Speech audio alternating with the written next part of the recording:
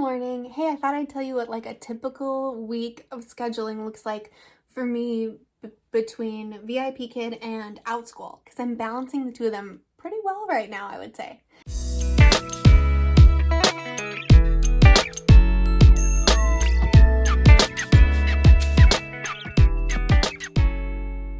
So my schedule for VIPKid is either 4:30 or 5 until 8. I take a half-hour break to help my kids get on the bus because thankfully my kids are back in school. So I teach from 5 or 4:30, a couple classes I take at 4:30 for my regulars, and then I stop at 8. That last hour of the day, the 7 to 8 o'clock hour, is the hour that only trials or students outside of China can book.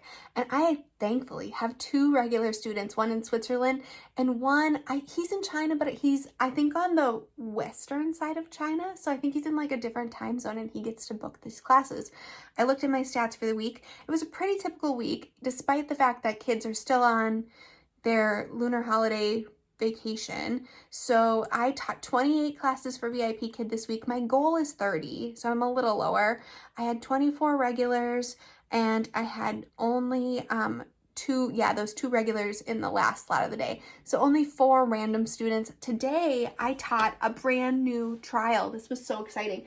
I made a quick prop for it while I was teaching. It's this new trial, walking on the beach. It's just like the walking in the jungle trial, only it's with fruits. Do you like my pictures? They're not ideal, but you know, make do. And it went really well. I really enjoyed that trial. And then I taught another trial today that was the jungle one. So I taught the beach and the jungle in the same day.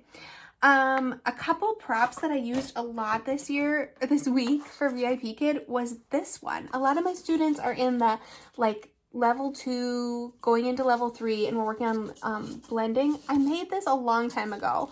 It's just 2 paper plates with a push pin, nothing fancy, and they just blend. So I think that's a really fun, easy one, extends the lessons really well. And then if you don't have this is like a necessity for the VIPKid teacher. Look at that. That is so useful. And then for Outschool this week, let me look at my notes. I taught 16 classes this week. So 16 sections. All my sections are 25 minutes. I just choose that because my students are young. So they are between ages 4 and 7, all of my classes.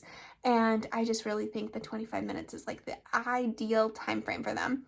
Out of those 16 classes, 9 of them were individual tutoring sessions and 7 of them were group classes. So I started doing just tutoring. That was kind of my first main thing. And I used to do pen pal classes too, which I've kind of backed off from. But the tutoring classes are going so well. They're so easy. I do them in the same format as VIPKid. I really enjoy them. And I have these regular students. Some of my students I've been tutoring since September. And I just really love watching them grow, watching their progress. And I work pretty closely with the parents to decide what to teach. Some of them I'm just doing general phonics and letter sounds. Some of them I'm doing more math. One parent asked me to work more on handwriting. So we use our whiteboard and we work on forming the letters. And I just really, really enjoy my tutoring sessions. And they don't make as much money as group classes, obviously. But to me, the ease of the classes is totally worth it. And then I teach 7 group classes. I teach 4 math classes and 3 author study classes, and it's the same class. So I teach the same math class 4 times. I teach the same author study class 3 times. So my schedule is so easy. Like, if you're thinking about getting into Outschool, it can be really intimidating to think about creating your own classes. But if you find a class that hits, that gets booked, that has, good momentum, you can teach that one class over and over and over. So I teach this kindergarten math class. It's so fun. I just teach 25 minutes. We always talk about the calendar because there's so much math embedded in the calendar. And we always talk about counting, either counting by 1s, by 2s, by 5s, backwards, forwards. We work with the hundreds chart a lot. And then the last part of every math class is like a theme. And each month I have a different theme. This month the theme is measurement. So I'm finishing up measurement. So we talk about rulers and measuring capacity and weight. Just some ideas if you're thinking about getting into Outschool. It's going so well. It's super fun. Yeah, so that's my week. I wanted to tell you too, I got kind of sick this week. It was just like a random stomach bug, and I really like wondered what to do about it. Like I seriously considered canceling classes, but I had thought like if I was an actual teacher in a brick and mortar school, would I go through the trouble of like getting a sub and writing sub plans? And I'm like, you know what? I probably wouldn't. I would probably just tough it out. So I did that this week too. I just decided to tough it out, and I really felt just kind of sick to my stomach. I'm pretty sure I ate something weird the night before, and it was a rough day, but I made it, and I didn't have to use any of my cancellations. Now, I don't really pay attention to the VIPKid promotions, but right now they are doing a perfect streak challenge, which I think would be fun to see how it works, because I pretty much always have a perfect streak with VIPKid. I'm one of those teachers I don't cancel unless I absolutely have to, unless I'm like really sick.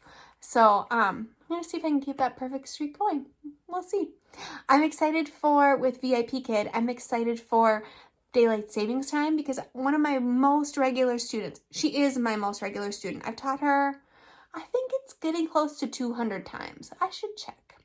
I really love this kid. Her name is Kitty, and I met her in China, and we are like buddies. You know what I mean? And she can't teach the later classes, or she can't take the later classes, so she waits for that 4 o'clock hour. And I'm not teaching that 4 o'clock hour anymore, except for an occasional class with her. And once daylight savings time and the schedule shifts, I'll be able to see her 3 times a week again. So I'm excited about that. That was a hard decision for me. This week, just in my personal life, I added in another very part-time job at my church. I'm doing the early childhood stuff at my church, like planning Sundays and curriculum and scheduling volunteers, which is great, but it also means a little more income, so I don't have to get up as early. So this is just my crazy life right now. I have stuff happening, income coming in from, I think, 5 different streams at this point, because I work at my church a little bit, VIPKid Outschool. I still have GOGOKID contract open, though I don't teach for them barely at all. And then Teachers Pay Teachers has been a really fun thing lately. I've been working on my Teachers Pay Teachers store quite a bit. So that's my week in review. It was a great week. Despite feeling a little sick in the middle of the week, I feel like I had a really good week of teaching. I'd love to hear how your week is going and how you balance working for different online companies. All right, see you later, teachers. Bye.